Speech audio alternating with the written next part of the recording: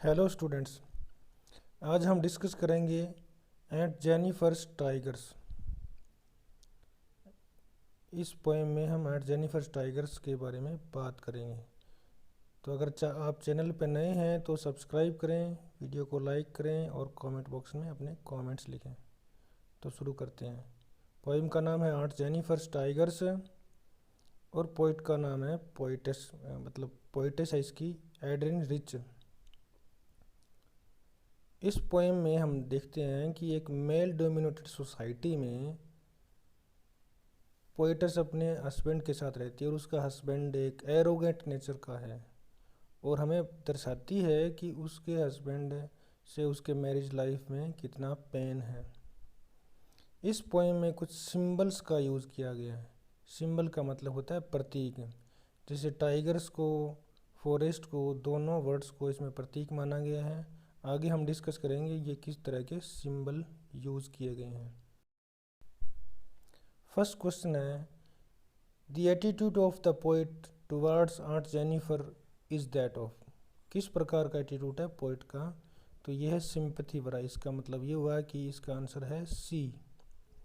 Next question, proud and unafraid these two adjectives have been used for.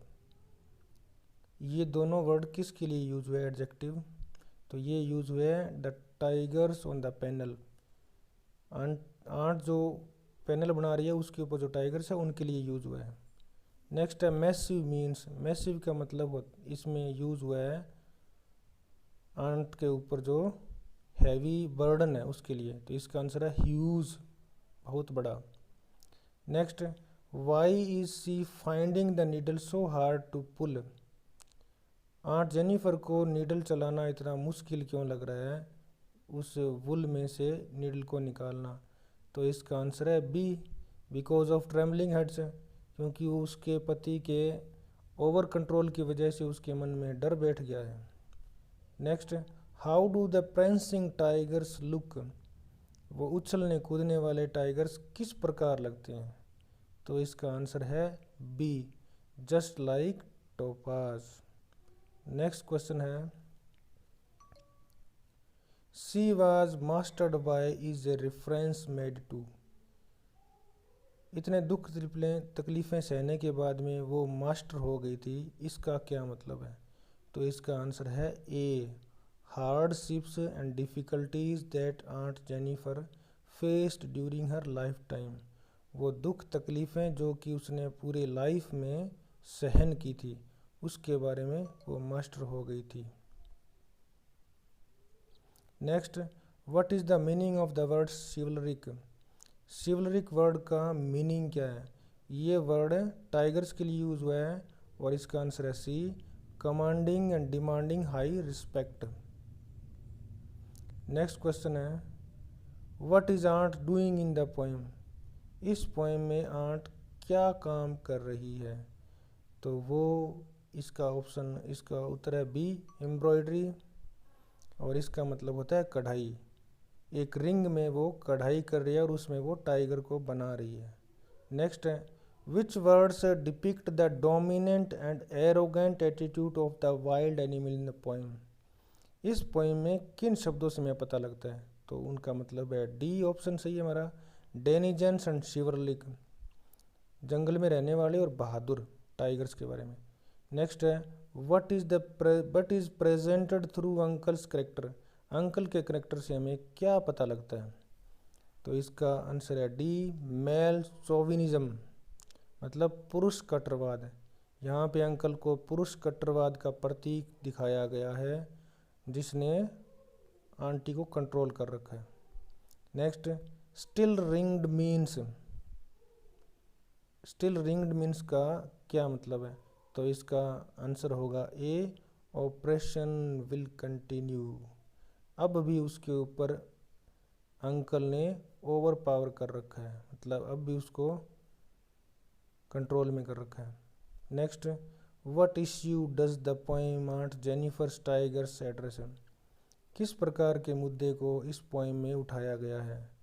तो इसका answer है B, constraints of married life of a women experiences. अपने वैवाहिक जीवन में किस प्रकार के दुख तकलीफ़ों के अनुभव वो साझा करती है, इस मुद्दे को इस पोएम में उठाया गया है।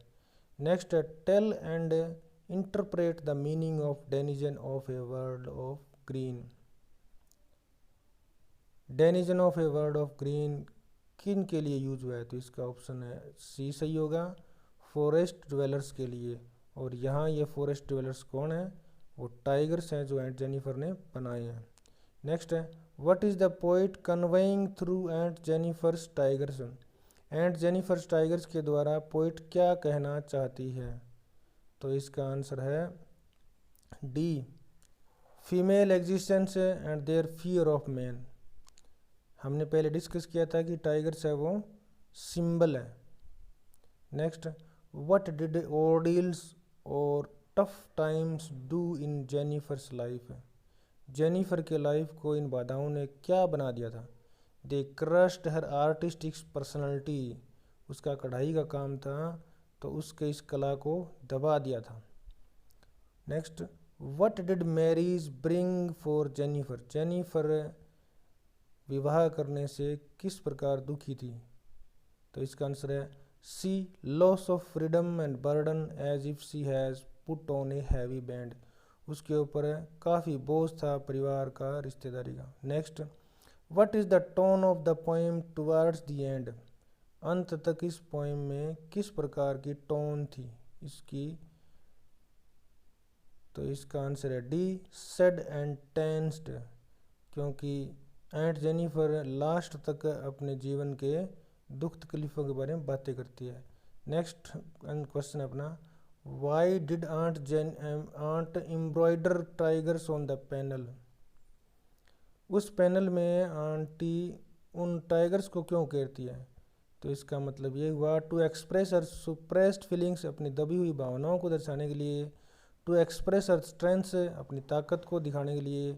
To express her fighting spirit of a warrior. इसका मतलब ये तीनों सही है, तो हमारा आंसर रहेगा डी। नेक्स्ट है what is aunt Jennifer loaded with. Aunt Jennifer के ऊपर किस प्रकार का बोझ था, तो इसका आंसर है D, heavy responsibilities of married life है। वैवाहिक जीवन की वो भारी भरकम जिम्मेवारियाँ जिनकी वजह से वो परेशान थी। नेक्स्ट था how are tigers described in the poem. इस पोइम में टाइगर्स को किस प्रकार दिखाया गया है।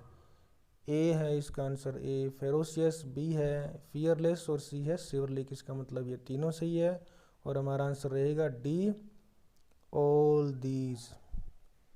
हमारा नेक्स्ट एमसीक्यू क्वेश्चन है what does wedding ring represent. वो वेडिंग रिंग किस प्रकार का प्रतिनिधित्व करती है, किस बात को दर्शाती है, तो इसका आंसर है C, unnecessary pressures of a dominate husband and responsibilities of married life है। उसके पति की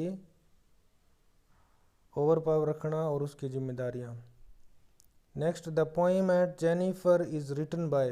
ये पोइम किसके द्वारा लिखी गई थी, तो हमारे सिलेबस में कमला दास और एडरिन दो ही है, तो ये पोइम बी है इसका ऑप्शन। एडरिन रिच के द्वारा लिखी गई थी, कमला दास के द्वारा लिखी गई माई मदर एट 66। नेक्स्ट है where are the tigers sleeping. Tigers कहाँ सो रहे हैं, तो इसका आंसर है D, in the caves. Tiger cave में सो रहे हैं। नेक्स्ट क्वेश्चन है what would Jennifer's terrified hands tell after her death. उसकी मृत्यु के बाद में उसके कांपने वाले हाथ क्या दिखाएंगे। Story of her life, her constants married life, her strength to find her ways and beat the fear. तो तीनों ही इसके ऑप्शन सही है, तो हमारा अंतिम ऑप्शन जो डी है वो इसका सही माना जाएगा, all these. Next they pace is refer to. यहाँ पर पूछा गया है कि दे वो किसको इंडिकेट करता है, तो इसका आंसर है सी, द टाइगर्स। नेक्स्ट हमारा क्वेश्चन है what do the tigers do on the screen. इस स्क्रीन में टाइगर्स क्या कर रहे हैं, इसका ऑप्शन है डी सही, प्रेंस। टाइगर्स प्रेंस कर रहे हैं। नेक्स्ट क्वेश्चन है the word प्रेंस in the poem means, इस पोइम में प्रेंस वर्ड का क्या मीनिंग है? तो इनका मतलब यहाँ पे है ए से टू जंप अहेड, और प्रेंस का मतलब दिखाने का ये है कि वो एनर्जेटिक थे। Denizens of a word of green means, इस वर्ड का क्या मतलब है? तो denizen of words of green word है वो फॉरेस्ट ड्वेलर्स के लिए यूज हुआ है। इसका मतलब ये हुआ कि ऑप्शन ए सही है, रेजिडेंट्स ऑफ फॉरेस्ट्स। हमारा अगला क्वेश्चन है, the massive weight of uncle's wedding band is a subtle reference to, किस बात का प्रतीक था वो हैवी वेट है? वो ऑप्शन बी सही होगा हमारा, suppression at the hands of her husband. Next, the word chivalry in the context means, इसका क्या मतलब है? तो इसका मतलब है C option, honourable and brave. ये वर्ड उन टाइगर्स के लिए यूज हुआ है जो कि फॉरेस्ट ड्वेलर्स हैं। नेक्स्ट, what is aunt Jennifer doing with wool, aunt Jennifer ऊन के साथ क्या कर रही थी? इसका ऑप्शन ए सही है, C is embroidering a wall panel, ऊन के साथ वो एक वॉल पैनल तैयार कर रही थी। नेक्स्ट क्वेश्चन है, what aunt Jennifer's family consist of, aunt Jennifer के परिवार में कितने लोग थे? तो इसका ऑप्शन ए है, सी एंड हर हस्बैंड। यहाँ पे मैं बताना चाहूँगी कि इन दोनों की सिवाय वो टाइगर्स और थे, लेकिन वो परिवार नहीं था। Next, the poem the rhyme scheme in stanza 1 is, first stanza की राइम स्कीम पूछी है। तो फर्स्ट स्टेंजा के last word screen, green, tree and certainty है। तो इनकी similarity screen, green, tree and certainty, तो ए बी बी, इसका ऑप्शन ए। उम्मीद है आपने ये पोएम ठीक से कर ली होगी। चैनल को सब्सक्राइब करें, वीडियो पसंद आई तो लाइक करें और शेयर करें। Thank you.